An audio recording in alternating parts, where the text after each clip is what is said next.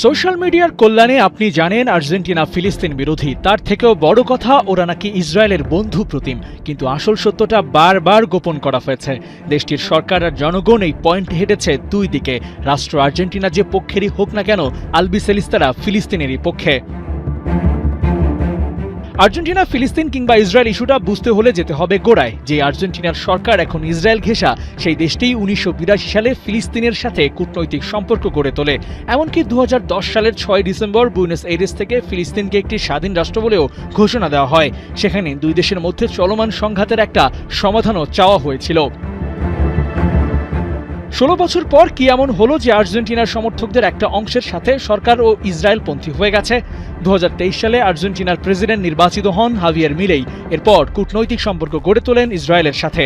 জাতিসংঘে ফিলিস্তিনকে সমর্থন করা প্রস্তাবগুলোরও বিরোধিতা করতে থাকেন। আর বিশ্বকাপে তো ওপেন ছিল হাভিয়ের মিলেই আর নেতানিয়াহুর তহরম মহরম। তাই কন্টেন্ট ক্রিয়েটর রায়ান রোজবিয়ানি তার এক্স হ্যান্ডেলে পোস্ট করেছিলেন, স্পেন ভার্সেস আর্জেন্টিনা ফাইনাল নয়, মেটলাইফে লড়াইটা ছিল ইসরায়েল বনাম ফিলিস্তিনের এক প্রক্সি ওয়ার। প্রভাবশালী গণমাধ্যম টাইমস অফ ইসরায়েল সেই বরাতে রিপোর্ট প্রকাশ করে গ্র্যান্ড ফাইনালের আগেই। ইসলামিক রিপাবলিক অফ ইরান বিরোধী একটা এক্স অ্যাকাউন্ট বলছিল এই ফাইনালে তারা একটা কারণেই আর্জেন্টিনাকে সমর্থন দিচ্ছে, কারণ তারাই এই বিশ্বকাপে একমাত্র দেশ যারা প্রো ইসরায়েলি। কিন্তু একটা দেশের প্রেসিডেন্ট কি সবসময় তার দেশের মানুষের মুখপাত্র হতে পারেন? তারা এখনও ফিলিস্তিনকেই সমর্থন করে। বিশ্বকাপ চলাকালীন বুয়েনোস আইরেসে ব্যানার টানানো হয়, সেখানে নেতানিয়াহু ট্রাম্পের বিরুদ্ধেও তোলা হয় স্লোগান। কিন্তু রাষ্ট্রপ্রধানের সম্প্রীতির কারণেই আর্জেন্টিনার জনগণ ফিলিস্তিন বিরোধী।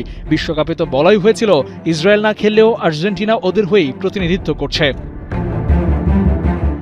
আর্জেন্টিনার প্রশাসন ইসরায়েল ঘেঁষা হলেও স্পেন আবার এখানে ভিন্ন। দেশটির প্রধানমন্ত্রী পেদ্রো সানচেজ ফিলিস্তিনের পক্ষে দাঁড়িয়েছেন।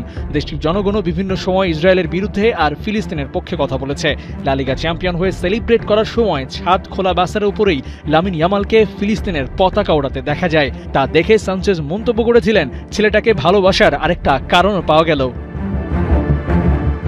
কিন্তু শুধু কি এই কারণে আর্জেন্টিনাকে বিশ্বকাপের ফাইনালে সমর্থন দেওয়া উচিত ছিল? অথচ ফ্যান প্যারেডে এক ইসরায়েলিকে দেখেই নিউ ইয়র্কের টাইমস অফ স্কয়ারে ফ্রি প্যালেস্টাইন স্লোগান দিয়ে ওঠে আর্জেন্টিনার সমর্থকরা। সেটা তো হতেই হবে, কারণ কিংবদন্তি দিয়েগো মারাদোনার দেশের মানুষ ফিলিস্তিনের পাশে না দাঁড়িয়ে কিভাবে পারে? 1986 বিশ্বকাপ যে মহাতারকা 2012 সালে বলেছিলেন তিনি ফিলিস্তিনি জনগণের নাম্বার 1 ফ্যান। তাদেরকে তিনি সম্মান করেন এবং এই মানুষগুলোর প্রতি সহমর্মী এবং সমর্থন প্রকাশ্যে ঘোষণা দিতে মারাদোনা ভয় পায় না। তাই শুধু প্রো ইসরায়েলি হওয়ার অজুহাতে আর্জেন্টিনাকে ঘৃণা করলে সেই যুক্তিটা আর দাঁড়াচ্ছে না। সোশ্যাল মিডিয়ার এই জামানায় সবই ঘটছে চোখের সামনে, যদি আপনার সেই চোখ খোলা থাকে।